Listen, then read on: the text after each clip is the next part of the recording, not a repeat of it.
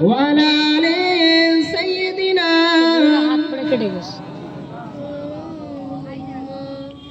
আলহামদুলিল্লাহ।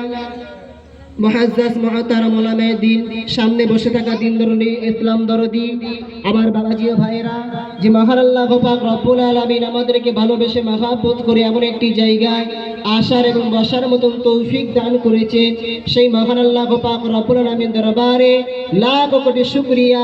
আমরা সকলে বলি আলহামদুলিল্লাহ। তারপরে পরে তার নবী, তার হাবিব, দিন ও দুনিয়ার বাদশাহ হাবিবুল্লাহকে, যে নবী না আসলে আসমান জমিন পাহাড় চন্দ্র তারা এমনকি আমরা পর্যন্ত সৃষ্টি হতাম না, সেই নবীর প্রতি দরুদ ও সালাম সকলে বলি সাল্লাল্লাহু আলাইহি ওয়াসাল্লাম।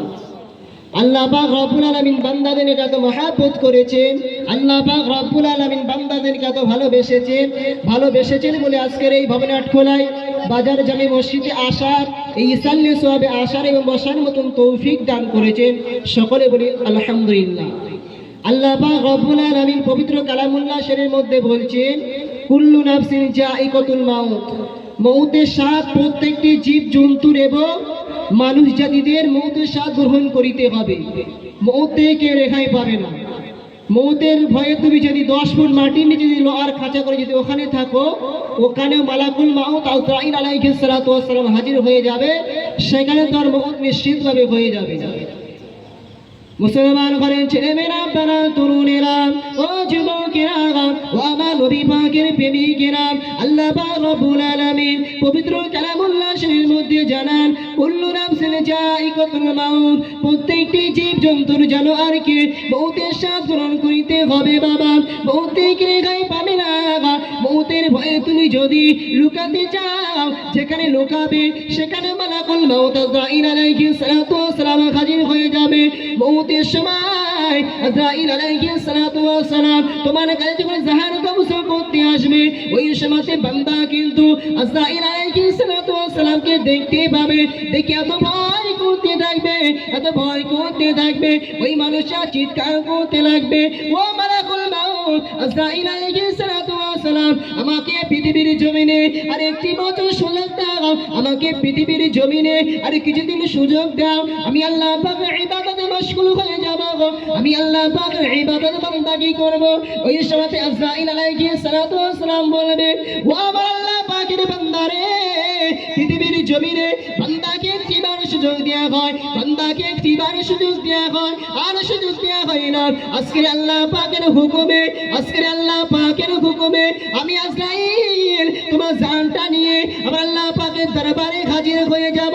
ওই সময়তে বান্দার রূহ মুবারকটাকে যখন নিয়ে চলে যাবে, বান্দা ইন্তেকাল হয়ে যাবে, বান্দার আত্মীয় স্বজনরা খবর পেয়ে যাবে, বান্দার আত্মীয় স্বজনরা চলে আসবে, বান্দাকে নিয়ে যখন কবরস্থ করার জন্য যখন গোসল দিয়ে জানাজার ময়দানে নিয়ে যাওয়া হবে, জানাজার ময়দানে যখন নিয়ে যাওয়া হবে, ওই জানাজার ময়দান থেকে যখন বান্দাকে কবরস্থ করার জন্য ওই রূহ মুবারকটাকে যখন কবরের থেকে নিয়ে হবে, ওই বান্দা শুধু চিৎকার করতে থাকবে, ও আমার পাড়া প্রতিবেশীরা, ও আমার আত্মীয় স্বজনেরা, ও আমার গ্রামবাসীরা, তোমরা আমাকে এই কবরের ভিতরে নিয়ে যাও না, তোমরা আমাকে গভীর কবরের মধ্যে রেখে আসো না, কারণ আমার কবরের মধ্যে এত আযাব হয় আমি সহ্য করতে পারবো না।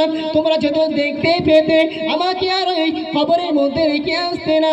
আল্লাহ নবী হাদিস পাকের মধ্যে জানান, কোন ইমানদার ব্যক্তি যদি মারা যায়, কোন ইমানদার ব্যক্তি যদি ইন্তেকাল করে যায়, আমার নবী পাক কারীম সাল্লাল্লাহু আলাইহি ওয়াসাল্লাম জানান, ওর রূহ মুবারকটাকে নিয়ে যখন কবরস্থ করার জন্য যখন কবরের দিকে নিয়ে যাওয়া হয়, ওই বান্দা শুধু বলতে লাগে, ও আমার আত্মীয় স্বজনেরা, ও আমার পাড়া প্রতিবেশীরা, তোমরা আমার লাশটাকে নিয়ে, তোমরা আমার রূহ মুবারকটাকে নিয়ে তাড়াতাড়ি করে ওই কবরের মধ্যে রেখে আসো, কারণ আমার আল্লাহ পাক রব্বুল আলামিন আমার কবরের মধ্যে জান্নাতুল ফিরদাউস নসিব করে দিয়েছে।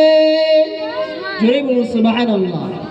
আল্লাহ পাক রব্বুল আলামিন বান্দাদের এত মহব্বত করেছে, কোন বান্দা যদি ইন্তেকাল হয়ে যায়, ওই বান্দা যদি ঈমানদার ব্যক্তি হয়, ওই বান্দা যদি আল্লাহওয়ালা ব্যক্তি হয়, ওই ব্যক্তি কি বলতে থাকে, ওই ব্যক্তি বলতে থাকে, তুমি আমাকে তাড়াতাড়ি করে আমার কবরে রেখে আসো, কারণ কবরে রেখে আসে, তার কবরে তো দয়ার জান্নাত রয়েছে, সেই জন্য করে বলছে আমাকে তাড়াতাড়ি করে কবরে রেখে আসো। মুসলমান ঘরের ছেলেমেয়েরা, আপনারা তরুণেরা, ও যুবকেরা, ও আমার নবী পাকের প্রেমিকেরা, ওই বান্দাকে যখন কবরস্থ করে যখন পাড়া প্রতিবেশীরা যখন 40 কদম দূরে চলে আসবে, হাদিস পাকের মধ্যে এসেছে 40 কদম আসার আগে যতটা সময় লাগে ওর মধ্যে বান্দাকে তুলে বসানো হবে। বান্দার যা কিছু রোগ থাকুক না কেন, বান্দার যদি প্যারালাইজ রোগে যদি মারা যায়, আল্লাহ পাক বান্দাকে ভালো করে দেবে। আল্লাহ পাকের ওই বান্দা যদি স্ট্রোক হয়ে মারা যায়, আল্লাহ পাক তার রোগকে ভালো করে দেবে। ওই ব্যক্তি যদি অসুখে মারা যায়, আল্লাহ পাক তার রোগকে ভালো করে দেবে। ওই ব্যক্তি যদি কোনো অসুখের ভিতরে যদি মারা যায়, আল্লাহ পাক তার রোগ ভালো করে দিয়ে আল্লাহ পাক সেই ব্যক্তিকে যখন হিসাব নিকাশ করার সময় ওই ব্যক্তির কবরে যাবো মালাকুল মাউত আজরাইল আলাইহিস সালাতু ওয়াস সালাম ওই কবরের মধ্যে যখন মুনকার নাকি ফেরেশতা আসে নাকি, ওই কবরের মধ্যে একটি ফেরেশতা আসবে, তার নাম হলো হযরত ওমর আলাইহিস সালাতু ওয়াস সালাম। ওই ব্যক্তি যখন ওই ফেরেশতা যখন ওই ব্যক্তির কবরের মধ্যে আসবে, ওই কবরের মধ্যে এসে বান্দার যখন হিসাব নিকাশ করার জন্য বান্দার কাছে কিছু জিজ্ঞাসা করবে, ও আমার আল্লাহ পাকের মাহবুব বান্দারে, আল্লাহ পাক তোকে পৃথিবীর জমিনে 50 বছর হায়াত দিয়েছে, আল্লাহ পাক তোকে পৃথিবীর জমিনে 60 বছর হায়াত দিয়েছে, আল্লাহ পাক তোকে পৃথিবীর জমিনে 30 বছর হায়াত দিয়েছে। তোর হায়াতে জিন্দেগিতে তোর যৌবন কালো, তোর যৌবন হারাতে তুই কি কি আমল করেছিস বান্দা লিখতে থাক। বান্দা বলতে লাগবে, ও ফেরেশতা আমি কি খাতা কলম নিয়ে এসে নাকি আমি লিখতে পারবো না। ওই শোনাতে রুমান আলাইহিস সালাতু ওয়াস সালাম তার গোলার দাঁত থেকে এক টুকরো কাপড় ছিঁড়ে ওই ব্যক্তির হাতে ধরিয়ে দেবে, বলতে লাগবে এইটা তোমার জন্য খাতা, তোমার শাহাদাত আমলটা, তোমার জন্য কলম, তোমার মুখের থুতুটা, তোমার জন্য কালি। বান্দা লিখতে থাকবে, বান্দা লিখতে থাকবে, বান্দা লিখতে লিখতে বান্দার মুখের থুতু ফুরিয়ে যাবে, তথাপিও বান্দার লেখা শেষ হবে। যাই হোক, কিছু করে আলোচনা করলাম, এর মধ্যে যদি কিছু আপনারা ভুল নিয়ে থাকেন আমাকে ক্ষমা করবে, আমার জন্য দোয়া করবে। আমি এখনো পর্যন্ত পড়াশোনা করছি, আমার জন্য দোয়া করবে, আমি যেন শেষ করতে পারি। সকলে আমার জন্য দোয়া করবে।